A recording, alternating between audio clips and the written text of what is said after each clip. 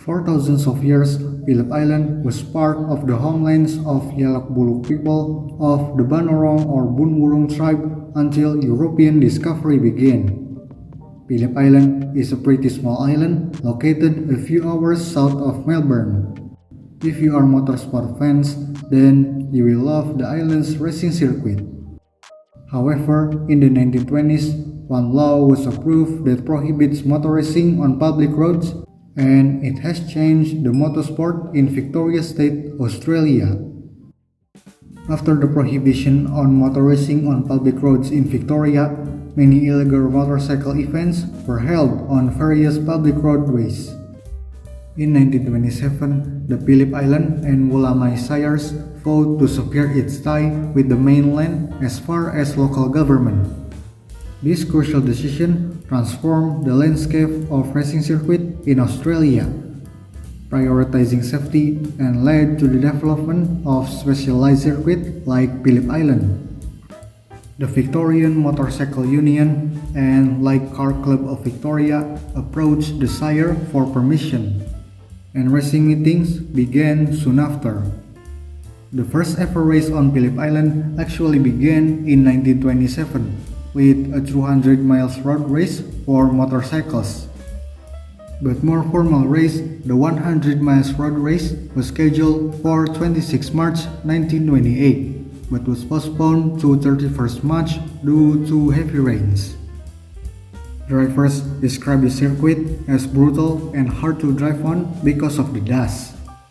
Nonetheless, Australian driver Arthur Wade won the 1928 100 miles road race, which was held on a 10-kilometer open road course. The Grand Prix was conducted annually until 1935, but a new 5.3-kilometer triangular circuit using the pitch track from the original rectangular course was later planned out and first used for the Australian Drivers' Cup in 1935, and the final car event took place in 1938. By then, motorcycle racing had taken hold with races hosted on a 16-kilometer unsealed public road until 1940. In 1951, 6 local businessmen founded the Phillip Island Auto Racing Club to construct a closed track 2 kilometers from the original circuit. The club held its formal meeting in 1952. PIARC purchases 300 acres of land for some £6,000 and the construction begins. The new 4.8-kilometer circuit opened in 1952, and the first event occurred in October 1954, when a member-only rally had a chance to drive around the unsealed circuit. The first official race was held on the sealed circuit on 50th December 1956, in front of a small crowd with many car clubs each contributing to the event's success. The first Armstrong 500 took place between 1960 and 1962. However, the 1962 race caused extensive damage and the circuit owners were unable to finance repairs. The event moved to Mount Panorama in 1963, forcing temporary closure. But it's not the end for Phillip Island Circuit, as ownership changed hands in 1962 when businessman and former racer Glenn Lucky bought the circuit for £13,000 from PIARC as part of a rebuilding program. The circuit reopened in October 1967, and another golden era seemed to beckon. The circuit hosted a run of the Australian Manufacturers' Championship from 1971 to 1977, as well as a round of Australian Touring Car Championship in 1976 and 1977. Unfortunately, Lucky died in 1978, leaving the circuit fall into disrepair once again due to growing maintenance costs. The facility eventually closed and was run as a farm. But luckily, Phillip Island Circuit was purchased in 1985 by an investment group with the goal of reintroducing racing to the iconic facility. After a long lease agreement, Barfield Company, led by engineer and promoter Bob Bernard, were granted a run of the World Motorcycle Championship and begins restoration of the track and facilities. The circuit was rebuilt with a shorter length of 4.4 km and reopened on 4th December 1988 for the final round of the 1988 X1 Insurance International Series. After a decade-long absence, the circuit returned to the international map.